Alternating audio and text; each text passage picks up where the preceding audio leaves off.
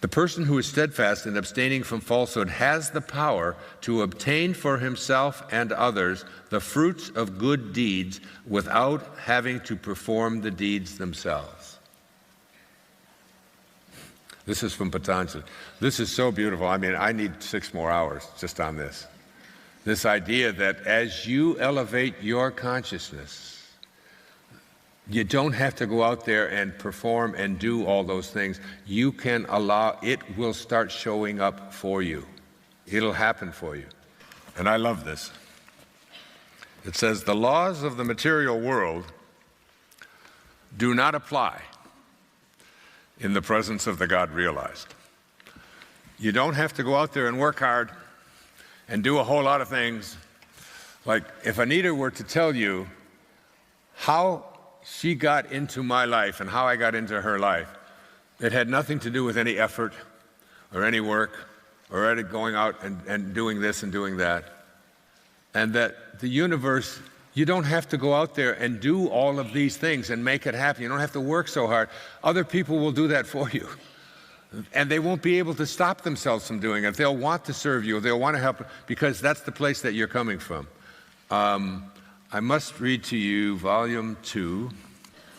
The moment men become free from the belief that they are mere human beings, subject to human laws of life and death and the limitations which human beings have imposed, that moment they will see that they are free from all human limitations and may become sons of God if they will. The moment they realize they are divine, and I told you at the very beginning, the thing that we fear the most is our own divinity. The idea that we truly are these infinite pieces of God. We fear this. They are free from all limitations and possessions of the strength of, and possess the strength of divinity. And man knows that this divinity is the place where being becomes most directly in contact with God. Man is beginning to see and know that this divinity is not something to be injected into each from without. He is beginning to know that it is the very life of each and every person. This whole idea that I have to go out there and I have to work and I have to do this and all of that, you just shift your consciousness and you will receive the fruits of the deeds without even having to perform them. All I can say is it's just worked for me, and it always continues to work for me. It's basically that definition of Thoreau's again. Advance confidently, follow your dreams, and you will meet with a success. Things will start chasing you. When you are steadfast, I love these last two. When you are steadfast in the abstention of thoughts of harm, when you are steadfast in the abstention of thoughts of harm directed towards yourself and others, that all living creatures will cease to feel fear or enmity in your presence. I have just given a description of Francesco, St. Francis, from the 13th century, who was living at Christ consciousness, and all living creatures, even the wild dogs, would be tamed in the presence of his energy. And all you have to do to get to this place, there are some people you know that when they're around babies, babies just can't take their eyes off them. I practice this all the time with babies. I'll be walking along and I'll see a baby and they'll be following me. The mother will be 15, 20 yards ahead and the baby can't take its eyes off, because I am sending so much joy and love and peace and just excitement to that person, because I know that heaven lies about us in our infancy, said Wordsworth, right? And there are some people who babies just light up, animals get calm and so on. My daughter Sage, that little girl that you heard speak up here, it seems like wherever we go, butterflies come and land on her. They come and land on her shoulder, they land on her hand. It's been her whole life, because she has just such a love for animals, because she's just a being of light and love. So when you are steadfast, now here's the key, you are steadfast in your abstention of thoughts of harm directed towards yourself, that is finding fault with yourself or others. You just don't have thoughts like that anymore. And when you do, you catch yourself. And if they result in behaviors that you don't like, you change the behavior. You change the behavior. You go back and you hug the homeless man. Because this is the final thing from the impersonal self. When you have found the kingdom, you will likewise find your place in it, realizing now that you are in truth one of my divine attributes, that you are an attribute of this divine intelligence or God, just like any cell in your body is an attribute of you. Every cell in your pancreas and in your liver and in your nose and in your eyes has you in it. And its purpose is to let go of its individuality and to function in harmony with the whole that is you. You are an attribute of God. And your purpose is exactly the same as an individual cell within you, to let go of your ego, your personality. And when you don't do that, then you're a cancer cell, like in your body, which is so selfish that it wants to gobble up the cell next to it and the cell next to it instead of cooperate with the oneness that you are. The same is true of us. We are attributes of an impersonal self.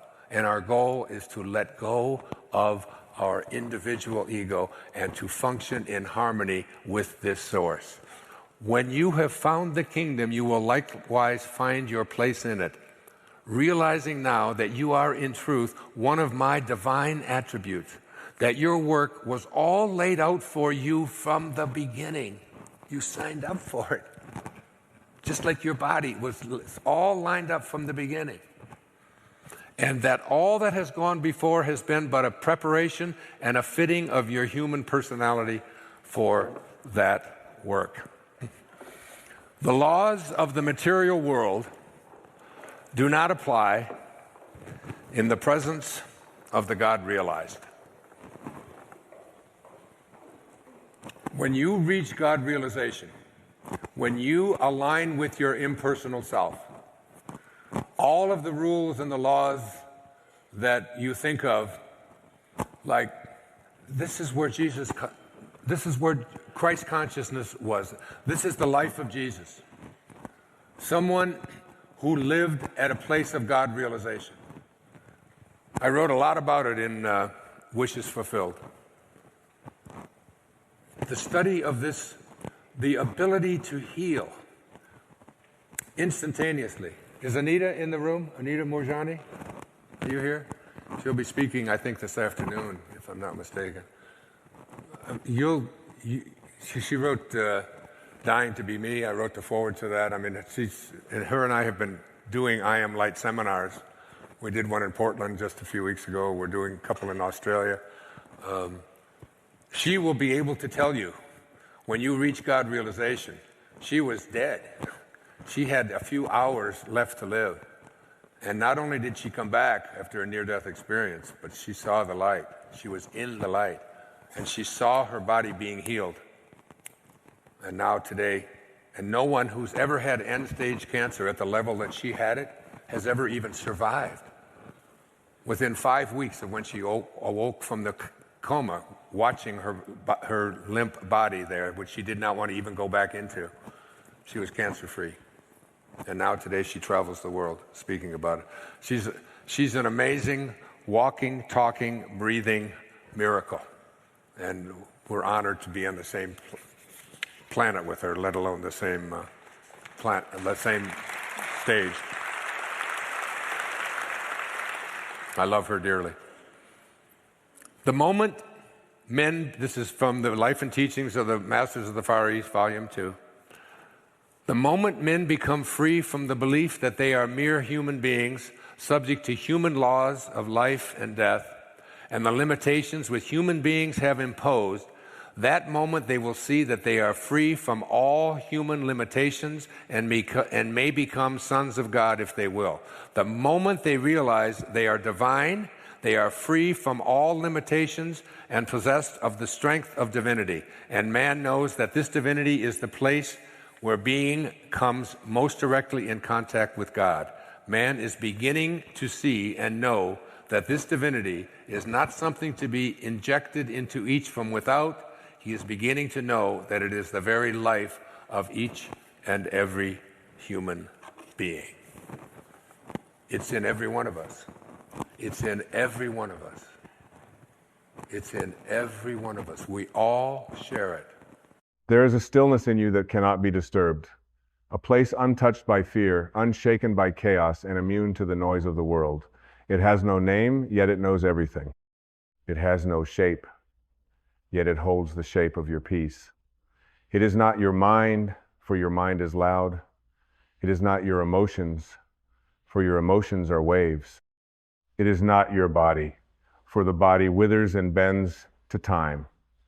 It is the part of you that watches quietly, lovingly, unmoved. And in that watching, there is power. We spend most of our lives reacting to what was said, to what wasn't said, to the look someone gave, to the news flashing across our screens, to the stories we carry like old, worn clothes, too heavy to wear, but too familiar to take off. We live at the mercy of our interpretations, our wounds, our replays of the past, and projections of the future. We live, but we do not watch. We act, but we do not see. To watch is not to detach from life, it is to arrive fully in it. It is to stop being dragged by the stream of every emotion and every judgment. It is to sit at the edge of the river and say, there it is again, the fear, the anger, the memory, the story, and then let it flow. The ego is a brilliant but frantic storyteller. It cannot live in the present moment because the present moment exposes its illusions. It thrives on reaction because it feeds on control. The ego needs your agreement. It needs your reactivity to survive. But your soul does not need to prove itself. It simply is. It observes without trying to fix. It accepts without needing to justify. It loves without asking to be loved back. Being the watcher is not an escape, it is the return. When you become the watcher, you are no longer the puppet of your past. You are no longer the hostage of your triggers. You begin to see that the anger is not you, it is an energy that passes through. The grief is not you, it is a wave that visits, not a house you must live in. The fear is not you, it is a voice, not your truth. There is a sacred gap between stimulus and response. And in that gap is where you reclaim your life. That gap is where the watcher lives. You are not your reactions. You are the awareness beneath them. You are not your thoughts. You are the spaciousness that notices them arise and fall. You are not the chaos. You are the calm watching the chaos. And when you remember this, you become free. Freedom doesn't come when the world is silent. It comes when you can hear the noise and choose not to be it. It comes when you can feel the heat of anger and not throw it. When you can taste the sting of offense and not become offended. When you can sit in the storm of opinion and not get swept away by any of it. There is no greater strength than presence. To be present is to live beyond reaction. It is to let go of the idea that everything demands your emotional involvement. It is to allow people to be who they are without needing to correct them. It is to hear a criticism and not make it your identity. It is to receive praise and not build your worth upon it. Presence is not passive. It is alert, grounded, alive. The watcher is not distant. The watcher is compassionate. It sees clearly because it does not cling. It understands deeply because it listens without defense. It acts with power because it does not act from fear. You see, when you become the watcher, life softens. Not because life changes, but because you do. The same situations arise, but they no longer own you. The same people trigger the same old patterns, but now you recognize them as patterns, not as truth. You stop bleeding into every moment. You stop needing everything to validate your sense of self. You return to your inner sanctuary, the place where your soul sits with open hands and a quiet smile, knowing that all things are passing clouds. You cannot stop the world from shouting, but you can stop yourself from echoing it. Buddha once said, "You will not be punished for your anger, you will be punished by your anger." And how often we let our own reactivity become the very suffering we try to avoid. We mistake reaction for power, but reaction is bondage. Reaction is the ego's way of staying alive. True power is in the pause. True power is in the breath that says, I see you, emotion, but I do not belong to you. The watcher doesn't suppress, it doesn't deny, it simply sees, and in seeing, it liberates. Watch yourself when you're offended. Who is it that feels so injured? Is it your soul, or is it an identity you've built, now threatened by someone else's opinion? Watch your defensiveness. Who is it defending? The truth needs no defense. The ego, however, is always on guard. Watch your craving for validation. Who is it that wants to be seen? The infinite spirit within you is already seen. It is seen by the entire universe. There is nothing you need to prove. Nothing you need to fix to be enough. Nothing you need to hold on to be safe. The watcher knows this. The reactor forgets. Let your breath be your teacher. When it quickens, when it shortens, when it tightens, that is the moment to return.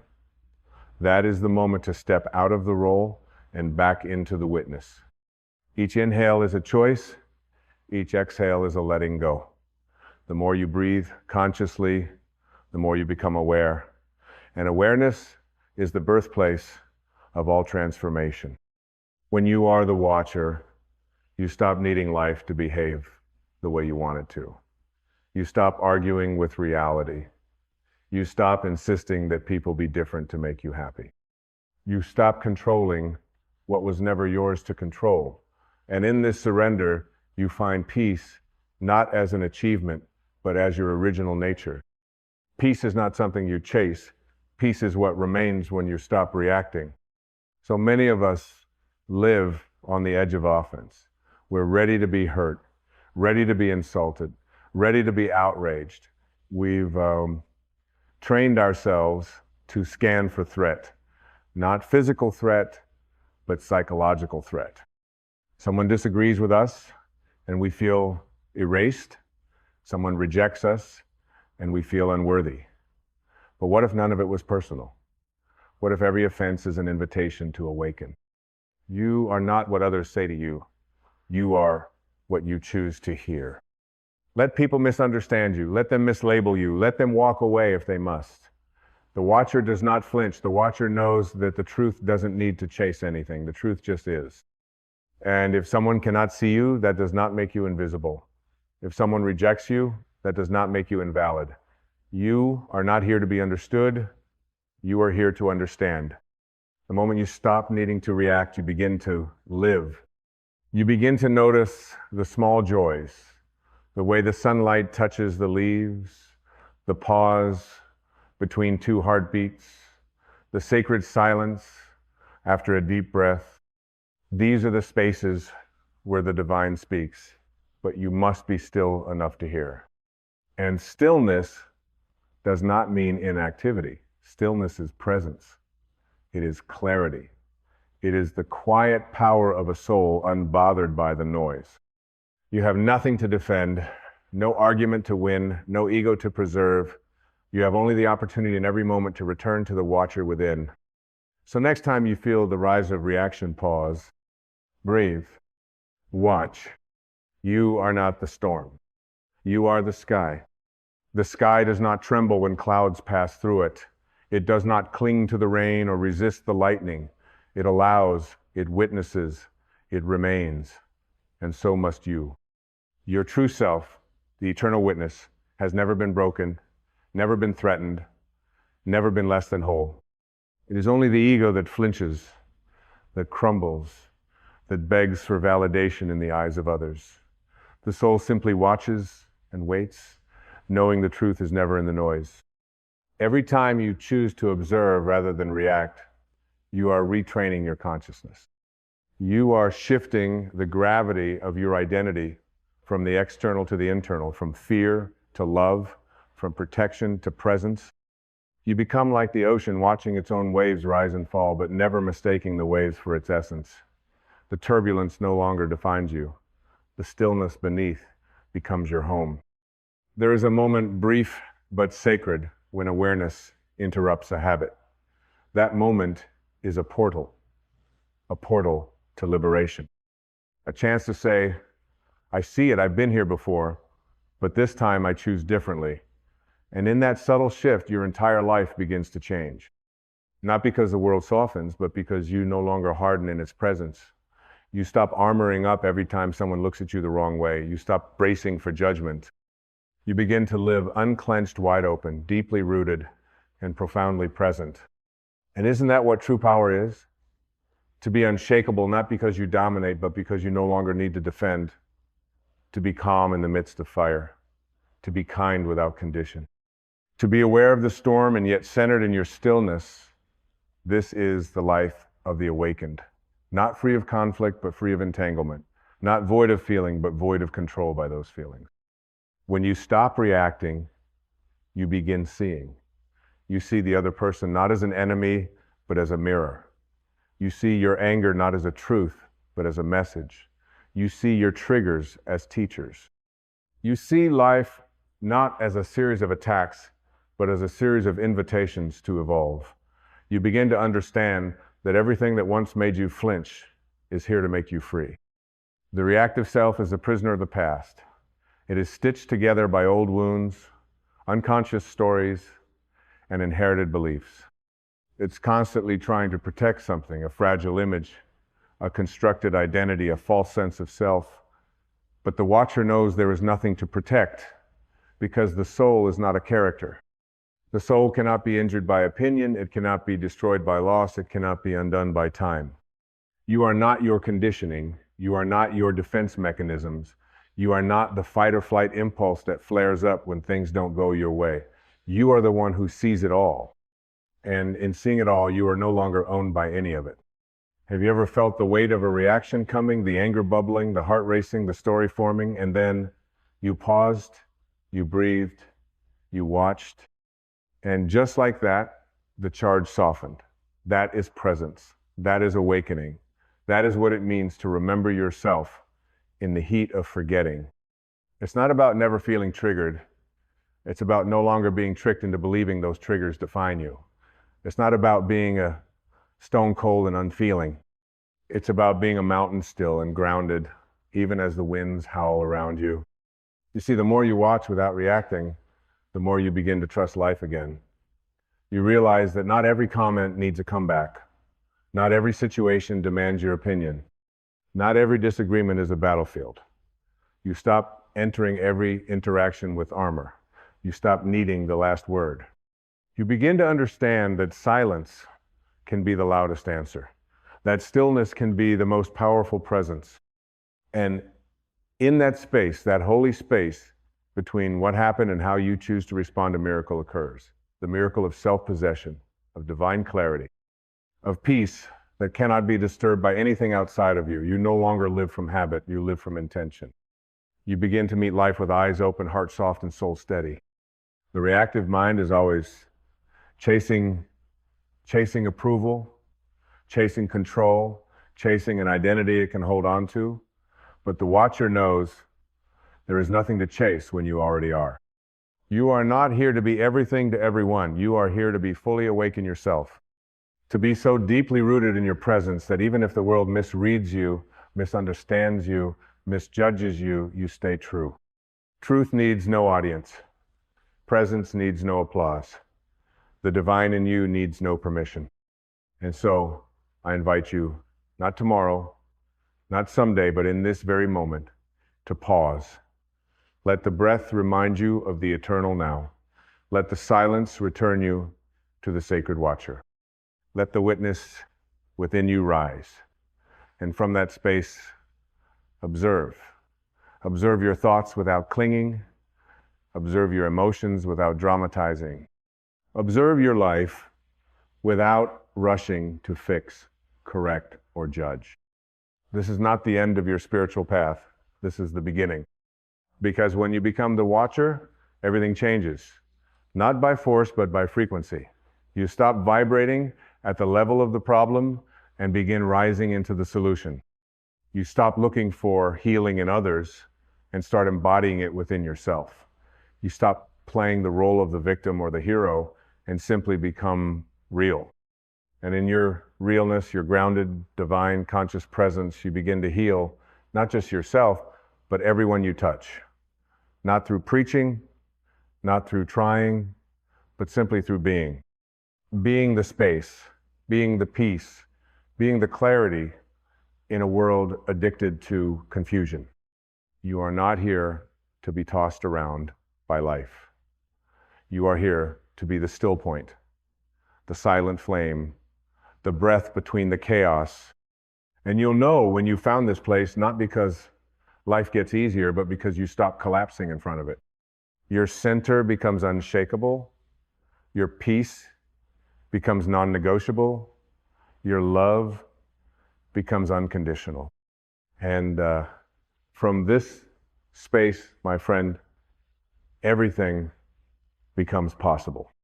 And from this space, my friend, everything becomes possible. When you no longer live at the mercy of your reactions, you step into the rarest kind of power, the power of inner authority. Not dominance, not superiority, but sovereignty of the soul. You're no longer pulled by every emotional wind, no longer yanked into battles that aren't yours. You become a space of presence that others can feel but cannot disturb. You begin to hear the world, not just through your ears, but through your spirit. Someone may yell, and you hear their pain. Someone may judge, and you hear their fear. Someone may try to provoke, and you sense their longing for love.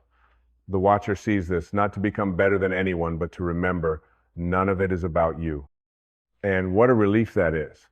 What a deep, cleansing sigh for the soul to know you are not responsible for the storms in other people's skies. You are only responsible for whether you bring your umbrella or your sunshine, whether you enter their storm or remain the calm that invites them into clarity. To live as the watcher is not to become indifferent, it's to become deeply compassionate without losing yourself. Compassion doesn't require you to abandon your peace. In fact, real compassion flows from peace. When you react, you join others in their suffering. But when you watch, you become the mirror that reflects something higher. You say without words, you don't have to live like that. There's another way. And when you live this way, something extraordinary happens. You begin to radiate peace. Not the kind that looks peaceful on the outside, but simmers with resentment underneath. Not the kind that avoids conflict by shrinking. No, this is the peace that walks into any room and changes its atmosphere. The peace that speaks without words. The peace that silences chaos just by being. Because when you are no longer at war with yourself, the world cannot drag you into battle. You stop arguing with reality. You stop trying to edit the universe to match your preferences. You stop needing the moment to be anything other than what it is. And in that surrender, you don't become passive, you become present. You take action, not from desperation, but from alignment. You speak, not to defend, but to express love. You listen, not to prepare your reply, but to understand with your whole being. This is how the soul moves. Gently, powerfully, without rush, and oh, how the world needs more of this. More beings who don't crumble at conflict, who don't lose themselves trying to win approval, who aren't addicted to proving they're right. The world is loud with reactions. Be the one who is quiet with understanding. Be the one who slows down when others speed up. Be the one who chooses grace when the ego demands retaliation. There is a river inside you that has never stopped flowing. Even when you were tangled in your thoughts, even when you believed the voice of fear, even when you reacted with anger, shame, or pride, that river was always there, steady, ancient, divine. It is your true nature. The watcher lives there. The soul drinks from it. And your freedom begins the moment you return to its banks. So when you feel yourself being pulled into the story, the fight, the trigger, the need to explain, the craving to be seen, pause. Let the breath return you. Let your awareness remind you. Let the watcher reclaim the moment, because life isn't about avoiding the waves, it's about learning to surf them with awareness.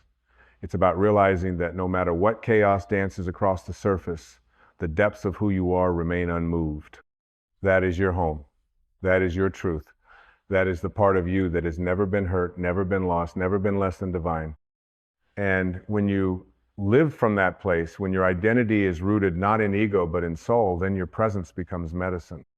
You don't have to fix everyone. You don't have to save the world. You don't even have to change anyone's mind. Just be what you are when you're not reacting. Light, calm, truth, stillness. That is enough. More than enough. That is the invitation you offer the world. Come sit with me in this silence and remember who you are. And if they do, beautiful. And if they don't, you continue walking, not in pride, not in bitterness, but in peace. Because the watcher walks with grace. And grace, my friend, is the only power that doesn't need to shout. The watcher walks with grace, not because it is immune to pain, but because it no longer mistakes pain for identity. It has learned the sacred art of presence, not as a performance, but as a remembrance.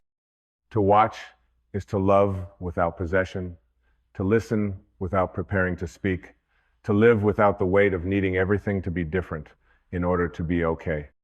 And when you live like this, when you truly become the watcher, the need to be understood falls away. You no longer plead with the world to see you, to validate you, to applaud your efforts.